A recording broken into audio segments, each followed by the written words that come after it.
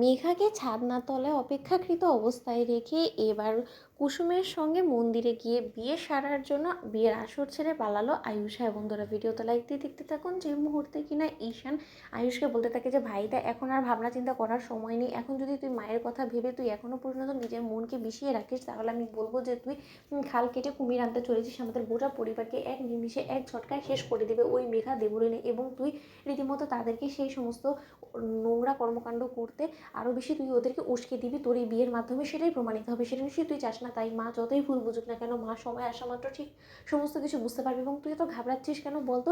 তুই যাকে ভালোবাসিস, তুই যার কথা কালকে মুখ ফুটে বলেছিস, সেই মানুষটার সঙ্গে তোকে আমি এক না করা পর্যন্ত তা ঈশান গাঙ্গুলি কোনো মতে দমে যাবে না। অন্যদিকে আয়ুষ যখন বলতে থাকে তুই কার কথা বলার চেষ্টা করছিস বলতো, অন্যদিকে মনে মনে আয়ুষ বলতে থাকে সর্বনাশ করেছে, কোনো মতে আমি এবার ঈশানের সামনে আসল নামটা তো বলে ফেলিনি।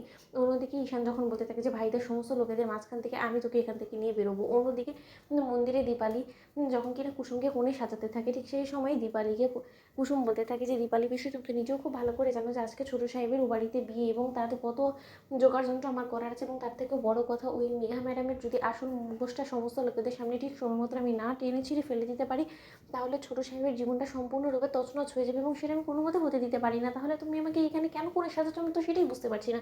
অন্যদিকে যখন কিনা এক পর্যায়ে আয়ুষকে ঈশান বর বেশে সাজিয়ে মন্দিরে ঠাকুরমশাইয়ের সামনে এনে দাঁড় করে, ঠিক সেই সময় ঠাকুরমশাই বলতে থাকে যে কনের কোথায়, এখনও তো কনের আসার আপনারা কোনো রকম কোনো কথাই আমাকে জানাচ্ছে না। ঠিক সেই সময় ঈশান যখন বলতে থাকে যে ওই তো আমাদের কোণে চলে এসেছে। অন্যদিকে আয়ুষ যখন কিনা কুসুমকে কোণে বেশি দেখতে পাই, ঠিক সেই মুহূর্তে আয়ুষের মনে লাড্ডু ফুটতে থাকে, এবং আয়ুষ বলতে থাকে যে ঈশান তুই যে সিদ্ধান্তটা নিয়েছিস তুই ভেবেচিন্তে নিয়েছিস তো? অন্যদিকে ঈশান বলতে থাকে যে ভাইটা একবার ভেবে দেখতো, আজকে যদি তোর সঙ্গে মেঘার বিয়েটা হয়ে যায় তাহলে তুই চিরকালের জন্য নিজের ভালোবাসার মানুষটাকে হারিয়ে ফেলবি, এবং ভালোবাসার মানুষ ছাড়া যে আর যাই হোক না কেন জীবনটা যে সম্পূর্ণরূপে শূন্য এবং ভিত্তিহীন, সেটা তো নিশ্চয়ই তুই আমার সঙ্গে অ্যাগ্রি করবি, তাই না? তাহলে তুই নিজের সমস্ত কিছু বুঝো না বোঝার কেন ভান করছিস বলতো? সমস্ত কিছু বলিদান দিয়ে দিলেই হয় না ভাইদা?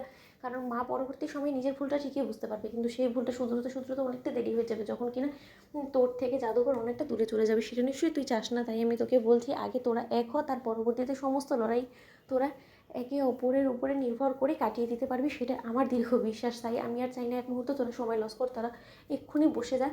কারণ লগ্ন প্রায় পেরিয়ে যাবে, এবং সেই লগ্নে যদি বিয়ে না হয় তাহলে ও বাড়িতে গিয়ে আমরা সমস্ত লোকেদের মুখের উপরে ঝামা ঘষিয়ে দিতে পারবো না। ওই মেঘার সমস্ত লোকদেরকে ওখানে ঠিক করে রেখেছে, ভাইদা লেট করিস না। ঠিক সেই সময় আয়ুষ যখন কুসুমের সঙ্গে বিয়ের পিড়িতে বসে যায়, ঠিক সেই সময় আয়ুষ বলতে থাকে যে কুসুম, আমি এতদিন বুঝতে পারিনি যে আমি নিজের অজান্তে তোমাকে ভালোবেসে ফেলেছি, কিন্তু আমি যেটা ফিল করি তুমিও সেই একইভাবে আমার জন্য ফিল করো, সেটা আমার সত্যিই জানা ছিল না। অন্যদিকে কুসুম বলতে থাকে যে আমরা সমস্ত লড়াই একসঙ্গে লড়বো ছোটো সাহেব। তো বন্ধুরা লাইক কমেন্ট শেয়ার করে সাবস্ক্রাইব করতে ভুলো না।